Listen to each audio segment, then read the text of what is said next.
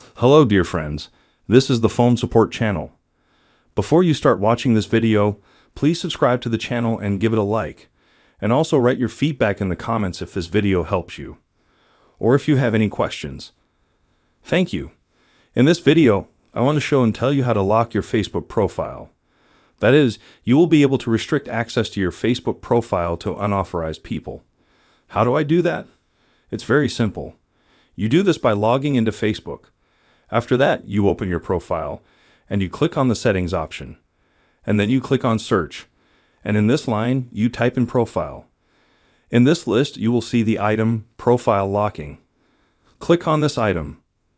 Before closing the profile, carefully read this information, and then click on the button Lock Your Profile.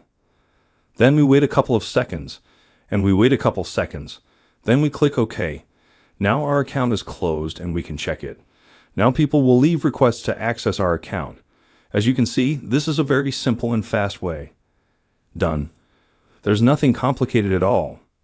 If you like this video, put likes and subscribe to the channel. And also watch other useful videos on the channel. That was Phone Support. Bye. See you later.